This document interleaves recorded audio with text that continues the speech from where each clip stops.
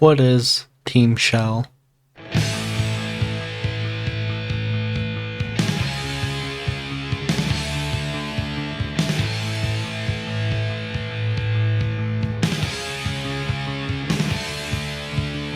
All of these levels that I'm showing you were created around the time of the team's creation in 2019, and it's been a long time since then, a solid 6 years. If you couldn't tell by the name of the team, I bet you'd be pretty surprised to hear that the team is about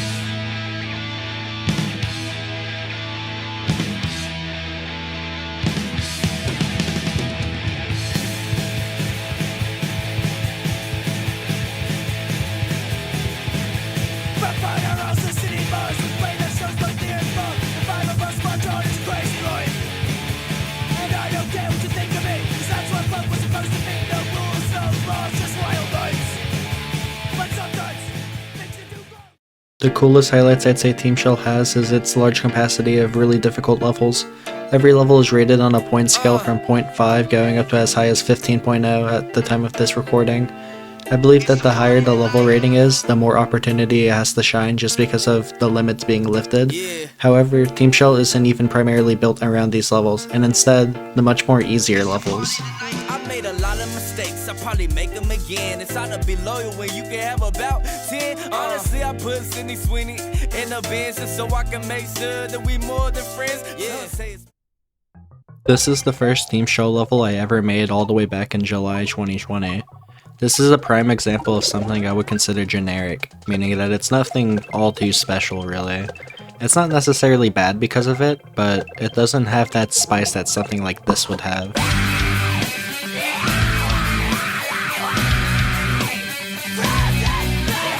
I think you get the point. Not bad, but not extraordinary.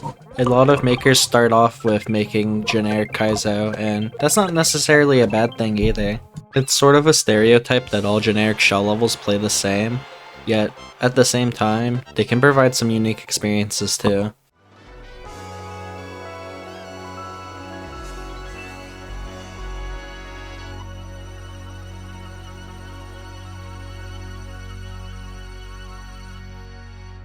Can I talk my shit again? Can I talk my shit again? I can't believe I'm back up in this motherfucker. Oh yeah. That was a cool level, I like that one. A lot of players, especially top players, will act quick and call a level like this as simply generic. I mean, it is in the title. That must mean it's generic as shit, no? Well, it's kind of a yes or no type of question. The broader definition is that it basically just recycles the same shell tricks that any maker can just copy and paste into a section. Basically just making without thought, like what you would see in like Super Expert Popular tab. And you can see that in this level, there are some of those like copy and paste like shell tricks. There's 2 delayed drops, a min shell jump, and some other basic tricks like a basic back shot or like a normal shell jump. However, there's a difference between levels like this and the true generic levels that you would see in Super Expert Popular. It's like, you can just feel the ideas that were had when making it. For example, this Twister Wiggler setup, I personally was not the biggest fan of it, and I thought it was a little awkward. It's not the coolest looking setup, and I feel like most seasoned makers could replicate it similarly. However, this doesn't just feel like it's copy and pasted into this level. I can clearly recognize this level from that setup alone, and it's not completely boring, and it's not like purely copy and paste. There are other things happening around these generic shell tricks. For example, the min shell jump, it has you go into where you grab a spring and land onto another big shell midair. And maybe to like a top player, somebody's within levels that are really cool and really hard, that have more variety and are able to do more things than levels of this difficulty, they would probably find that boring. But you have to take in consideration that for this difficulty, there's not as many things you can do, you're more limited. And while players such as like, or not players, makers such as like Mermelli or Sip can make easier levels that are really cool, a lot cooler than any of the other easier levels in that category, not everybody has that experience, not everybody has made levels that are really hard and basically have all that knowledge about the game. But yet again, it loops back to this not being a bad thing. Generic levels provide starting grounds for new players and makers to get used to Kaizo as a playstyle and creative outlet. Right here, it ain't for the faint of heart. They thought they saw the worst verse from the team of G-men who seem like nerds at first. Once they get to know us, people dig us. Leaders in the fight for equal rights for niggas. Inventor of the more demented, the flow, no doubt it. Just go for it if you're about it, or ride it. Whatever's clever, the masterful, whoever hook or hurt her. But now, hold no. If we see tomorrow, the next day class is the villain in the back with the x-ray glasses. Have no fear, the ninja here. Feeling like the tinge in your ear from drinking ginger beer. When it's on, local head gon' lay low and heat it like beef patty, cocoa bread con queso. If you say so, lace the whole caseload. They say wear a metal mask in case his face show. He told them they flow, spits talking ayos. His whole crew walk with pitchfork and halos. Say ho if you never worked a J.O. and keep more cash in the stash than a peso. If you want to play some of these generic shell levels that have actual effort put into them, I'd recommend playing levels by Sauce Powder, Dolphin, Keynes, or Casper. I personally really enjoyed their levels, and I think that they'd be a nice profile for you to check out.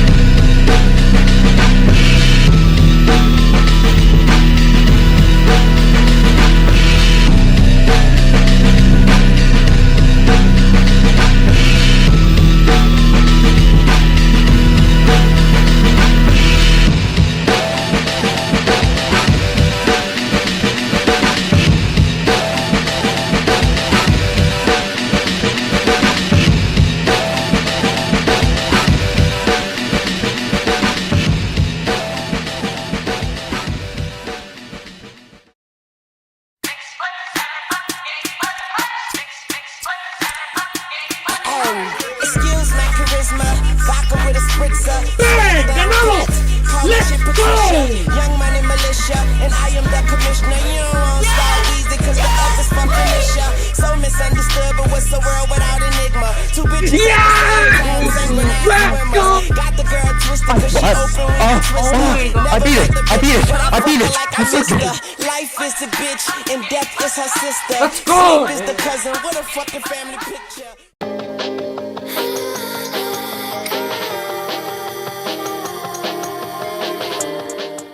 Pika XY is currently number 3 on the top 100 Super Mario Maker 2 list leaderboard. The earliest sight of his growing skill was when he beat Dante Power's Frozen Eclipse on January 23rd, 2022, a prior 10.5 which got downgraded to a 10.0. He would go on to beating other hard levels such as Glacial Gloom by Yoshi and Last Call by Salt, but I personally believe the first testament of his journey to become a top player was when he beat Bubble Bath by Jamie on April 2nd, 2022, a lower end 11.0.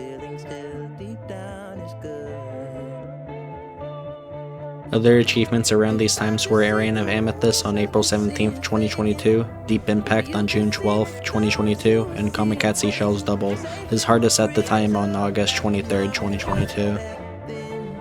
Skipping ahead a year, the true catalyst for breaking into the status of a top player was when Pika beat Nostalgic Endeavors by Itzy on August 8th, 2023, at 13.5 rated level. This level took him 141 hours and was a huge jump from Kamikaze Double since their current spots on the top 100 Super Mario Maker 2 list are 62 spots apart.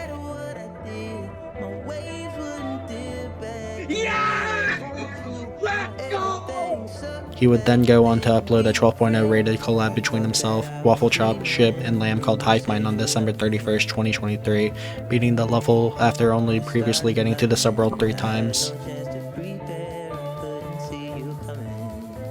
What?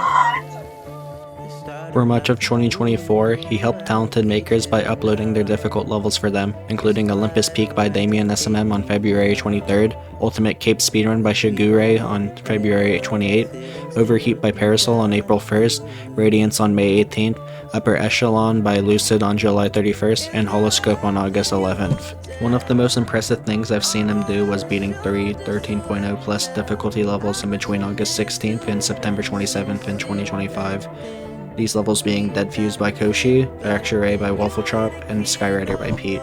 The most recent news is that he got first clear in Forgotten Place on January 18th, 2026.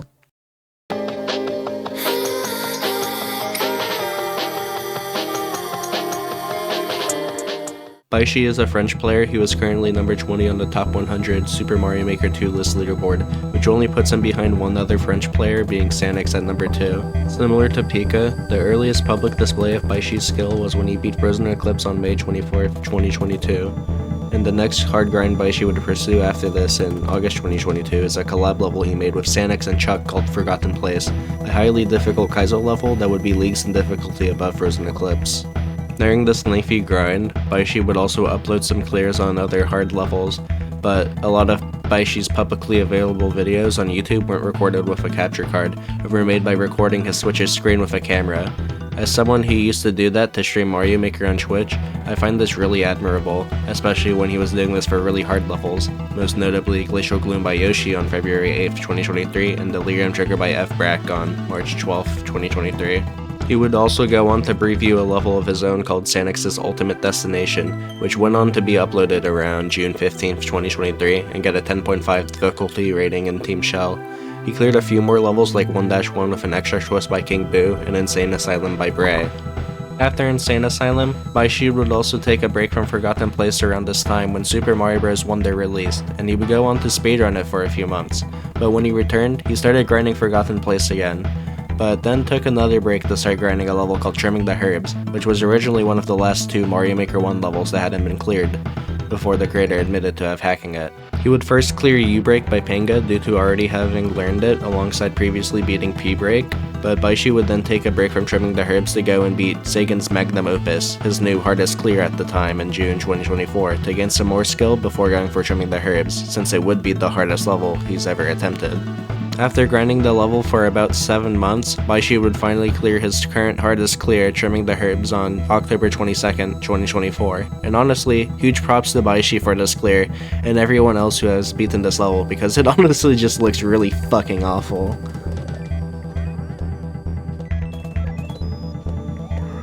Holy shit! Let's go! Yet again, coming back to Super Mario Maker 2, he was now directly focusing on Forgotten Place, but was still struggling with the level, so he took another break to beat some easier but still really hard levels in 2025, like Insomniac Impasse by Rico and Blizza on February 4th, Edge of Dawn by Random on April 8th, Holoscope on April 18th, and Mirage on May 17th. And then, after his break, Baishi would beat Forgotten Place after 630 hours on July 5th, 2025, finishing this behemoth of a level after almost 3 years, a true sign of dedication and perseverance on his part. Oh putain, c'est fait, let's go! Oh putain, ta grand-mère, yes! Oh putain, yes! Oh putain, c'est fait. Baishi shows no sign of stopping, with 2026 just starting, and he has already beaten the hardest precision level, My Front Yard by Millions, on January 15th, 2026, and posting his progress on the current hardest Super Mario Maker 2 level, CS5, or Choco's version 5, planning on going for the hardest level in Maker 2 while his friend Sanix goes for the hardest level in Maker 1, Trials of Death. I chose these two players to talk about because both of their journeys to get to where they are now are personally inspiring to me. On one hand, you have a player who consistently grinded the game to rack off achievements that most players only dream about having, and on the other, you have a player who, despite stepping away and focusing on other things, was still able to come back and get redemption on grinds, years in the work. But how does this involve TeamShell? A lot of the levels I mentioned these guys beating aren't even in TeamShell. Yet, both players have influenced the team in their own unique way, whether it be submitting their own levels to the team or showing off other people's levels to their own community. With people functioning at the top spot, that means more people showing off another side of TeamShell that can't be shown by the average player. Yet, even then, these players don't even get half the recognition they deserve.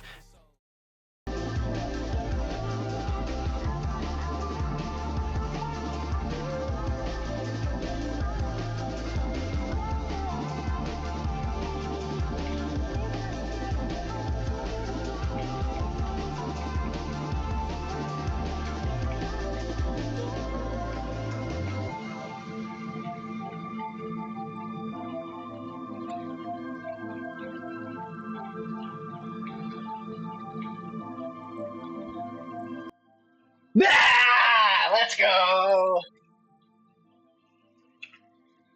TeamShell is only as big as the people who actively make levels for the team, whether it be generic shell levels, really hard levels, or the secret third option.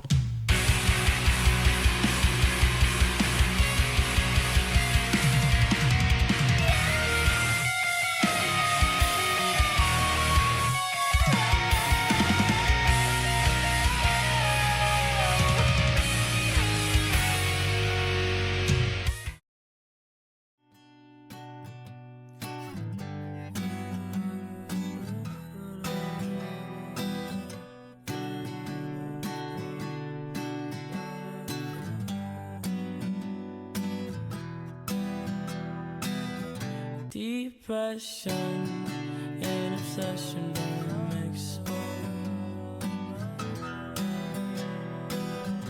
I'm poison and my body don't feel well. Hollywood motels, hell, I think I'm just obsessed with you. Depression and obsession don't mix well. Hollywood motels, hell, I think I'm just obsessed with you.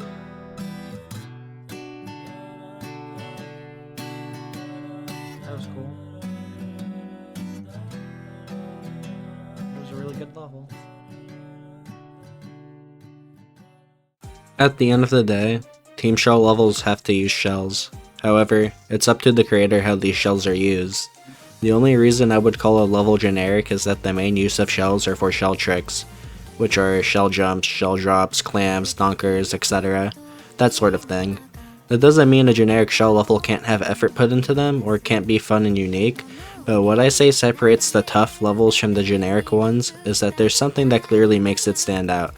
And I mean stand out in a way where if you put it alongside generic shell levels, you can clearly say to yourself that there's a difference in that specific level. It's levels like these that inspire and encourage creators to adapt and try out new things. And while most attempts aren't successful, I feel like I'm happy to see that there are people trying, that people are inspired in this way. And that's what makes this community so great, that people can rebound off of each other and experiment with others' ideas, and maybe add a little spin of their own. Which is why I want to mention 3 makers that I've seen blossom over the years: Lamb, Joe Marf Pure, and the homie Stan. Not only have they proved themselves as dedicated makers, but I've seen the drastic improvement from their first creation to their most recent, and I hope that they won't only keep creating, but that they inspire the next generation of Kaizo players.